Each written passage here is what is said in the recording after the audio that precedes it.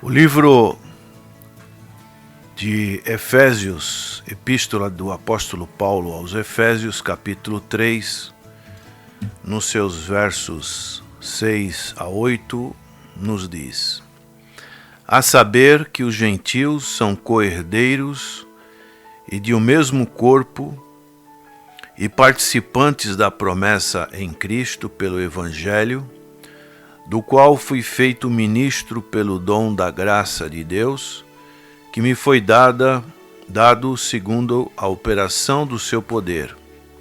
A mim, o mínimo de todos os santos, me foi dada esta graça de anunciar entre os gentios, por meio do Evangelho, as riquezas incompreensíveis de Cristo. O apóstolo Paulo está falando de uma relevância. Nos primeiros versículos deste capítulo 3, o apóstolo Paulo fala da relevância que foi para ele, Paulo. Ele que era um prisioneiro em Roma, quando escreveu essa importante epístola, que é considerada a epístola nos lugares celestiais, que tem como versos-chave o capítulo 1, verso 3, bendito o Deus e Pai de nosso Senhor Jesus Cristo, que tem nos abençoado com toda a sorte de bênçãos nos lugares celestiais em Cristo Jesus. E uma das grandes dificuldades que o apóstolo Paulo encontrou foi a questão dos judeus e dos gentios. Houve muito conflito. Os judeus queriam que os gentios passassem por todo o processo do judaísmo. E Paulo teve que lutar bravamente contra esse posicionamento que até alguns apóstolos também queriam, e colocar no mesmo pé de igualdade os cristãos judeus e os cristãos gentios. E aqui Paulo, falando para aqueles cristãos convertidos na cidade de Éfeso, deste novo posicionamento que eles tinham em Cristo Jesus, fala dessa relevância. Depois de falar da obra de Cristo na cruz, aonde teve a grande salvação dos pecadores como indivíduos, também agora Paulo estava falando da reconciliação entre os judeus e os gentios, porque os judeus não se davam com os gentios, não os consideravam de uma maneira que fosse uma maneira honrosa, consideravam os gentios como verdadeiros cães. Então aqui nós vemos Paulo falar desse mistério que foi revelado aos cristãos gentios, que tem um relacionamento maravilhoso por meio do Senhor Jesus Cristo. Então Paulo fala nesse verso 6 que os gentios são co-herdeiros de Cristo. Então tem parte nas riquezas espirituais que Deus deu em função da aliança que Deus promoveu através de Abraão. Paulo fala isso na Epístola aos Gálatas.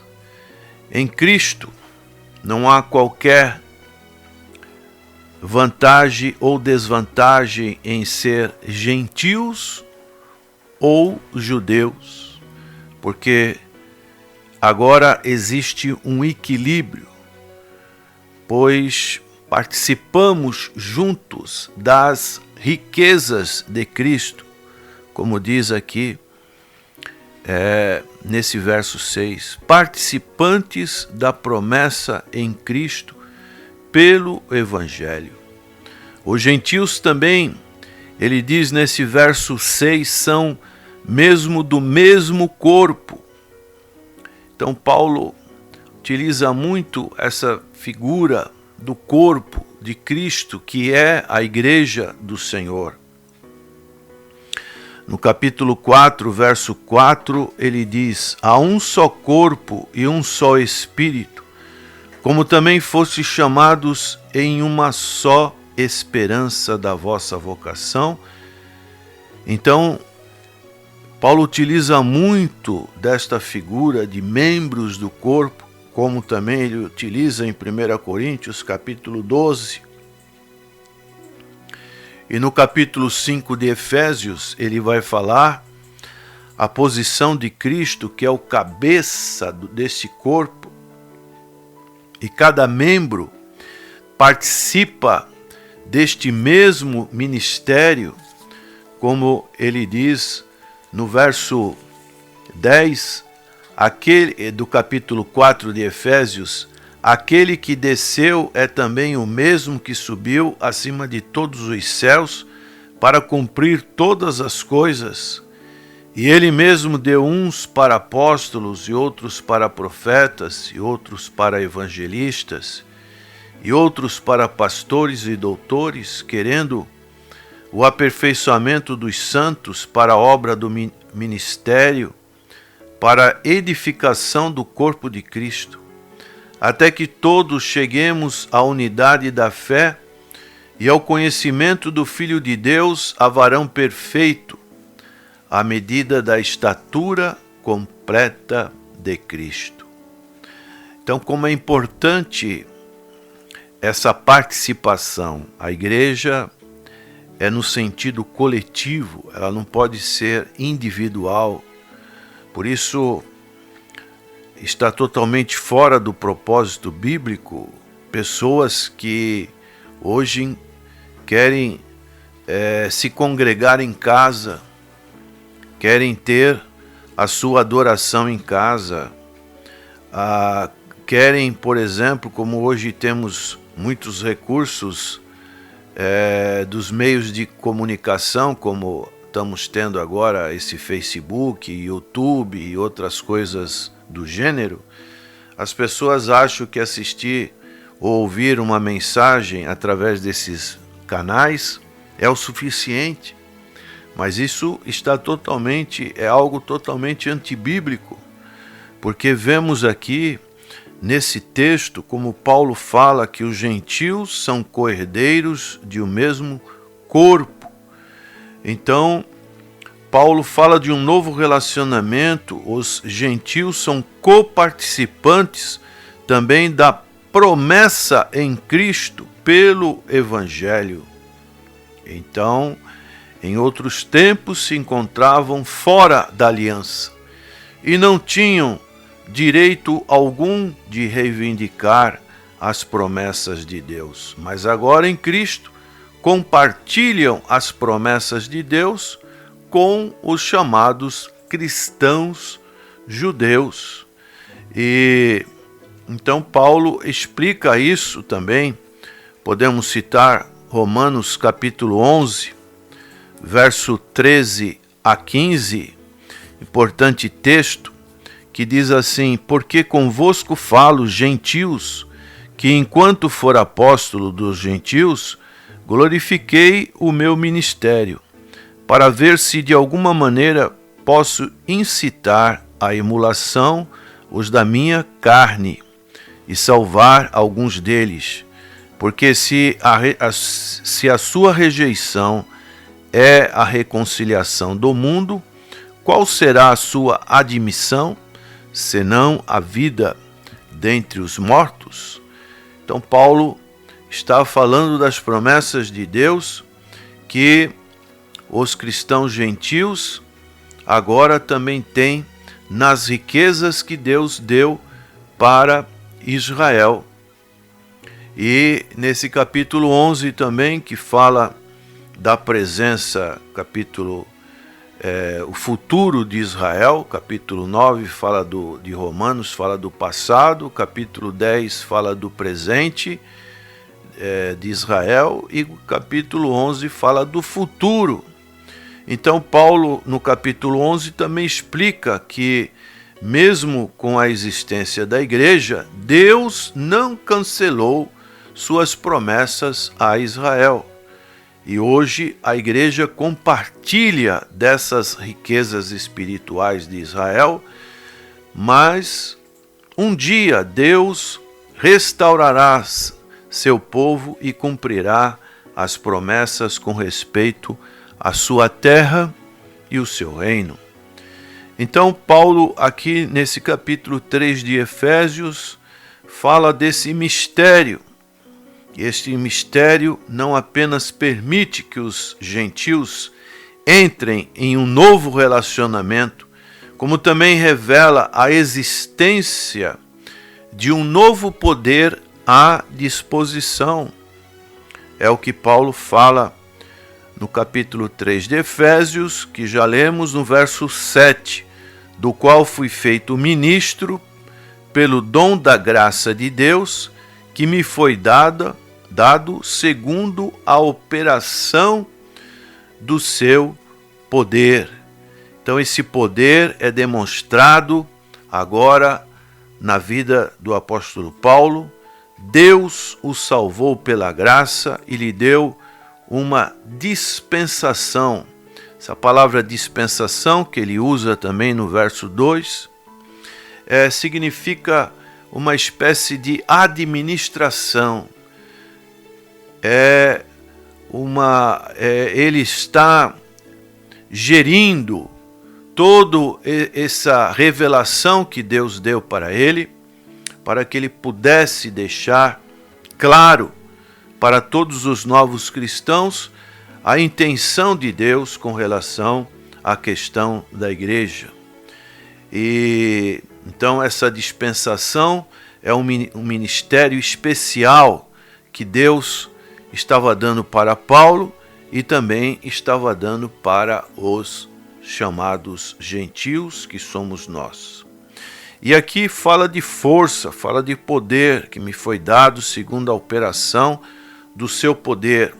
Termo grego para força, no versículo que estamos lendo, versículo 7 do capítulo 3 de Efésios, é energia, de onde vem a palavra energia. E o termo grego para poder é dunamis, de onde vem a palavra dinâmico ou dinamite. Paulo já havia falado sobre esse grande poder nos capítulos anteriores de Efésios, no caso capítulo 1, e voltará a mencionar também neste capítulo 20 que estamos lendo, e ele fala isso no verso 20, ele diz: ora, aquele que é poderoso para fazer tudo mais abundantemente, além daquilo que pedimos ou pensando, segundo o poder que em nós opera.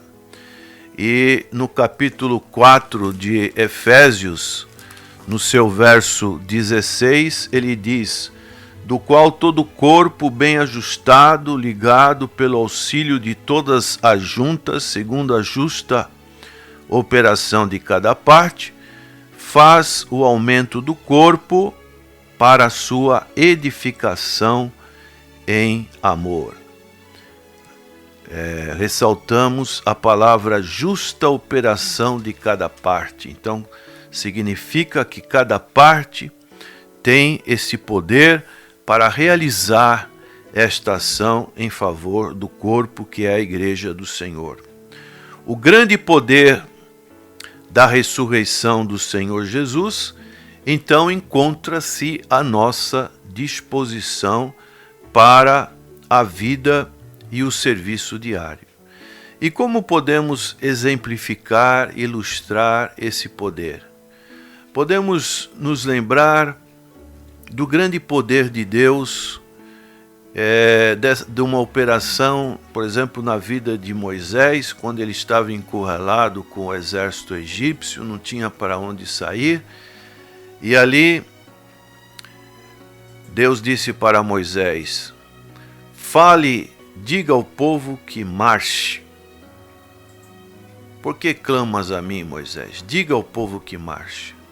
E Moisés estendeu o seu cajado, e a água do mar vermelho se abriu em 2 colunas, e o povo passou enxuto, com pés enxutos. Podemos citar um outro poder maravilhoso na queda dos muros de Jericó. E tantos outros exemplos, mas Paulo ele destaca o poder da ressurreição que o Espírito Santo de Deus moveu no caso quando da morte do Senhor Jesus Cristo. Esse poder da ressurreição está à nossa disposição. E a grande questão é, será que nós sabemos usar este poder? Ou este poder é algo que nós não temos nenhum sentido, nenhuma condição de saber usufruir e de saber usar? É isso que Paulo está falando, dando ênfase nesta grande relevância que nós encontramos na nossa posição em Cristo.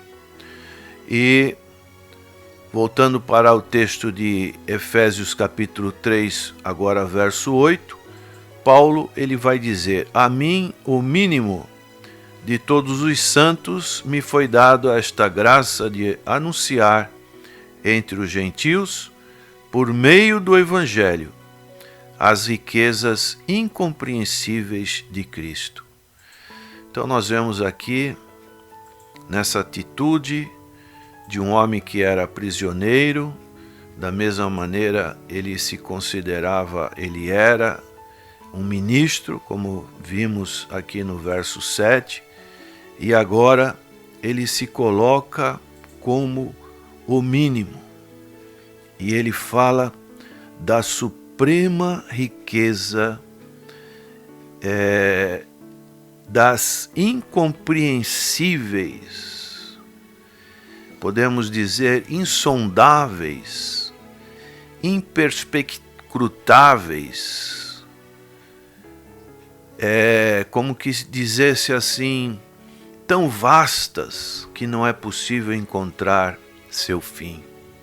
É como um oceano que você não consegue visualizar o seu término no horizonte. Então essas riquezas estão à disposição de todos os cristãos. Será que você está usufruindo dessas riquezas?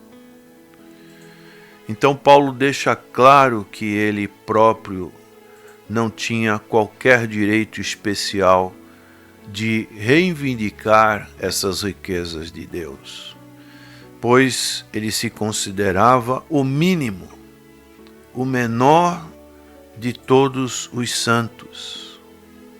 O próprio nome Paulo vem de Paulus, que quer dizer pequeno em latim.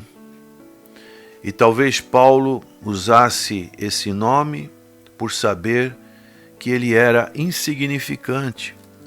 Ele diz isso também em Atos dos Apóstolos, capítulo 13, verso 9, ele diz assim: todavia Saulo, que também se chamava Paulo, cheio do Espírito Santo, fixando os olhos nele. Então, Paulo significa pequeno. Ele se achava o menor dos apóstolos, conforme 1 Timóteo, capítulo 1, verso 15. Esta é uma palavra fiel e digna de toda aceitação, que Cristo Jesus veio ao mundo para salvar os pecadores, dos quais eu sou o principal. Que posicionamento maravilhoso que ele tinha.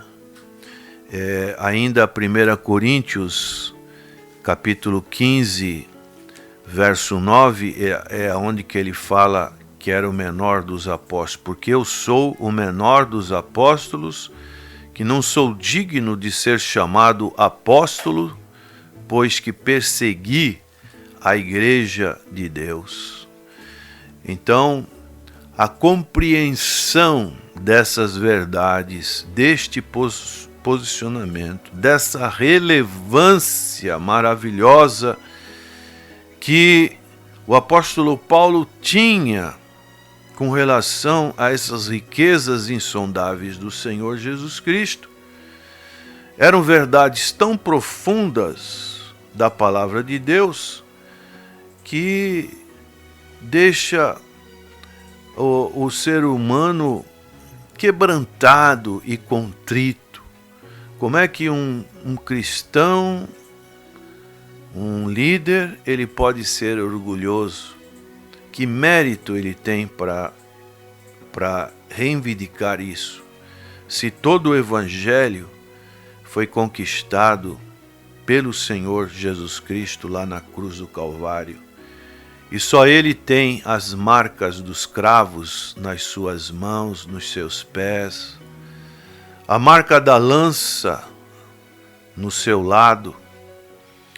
Então, isso nos mostra, diante dessa revelação dessas riquezas, que nós devemos dizer como João Batista: importa que ele cresça e eu diminua, porque as riquezas que Deus tem nos dado, riquezas incompreensíveis, um homem do conhecimento, do conteúdo, do quilate do apóstolo Paulo, ele mesmo reconhecia na sua natureza humana limitada que o evangelho ele tem as riquezas incompreensíveis de Cristo, porque muito mais coisas nós ainda vamos saber, e vamos saber somente quando tivermos os nossos corpos glorificados.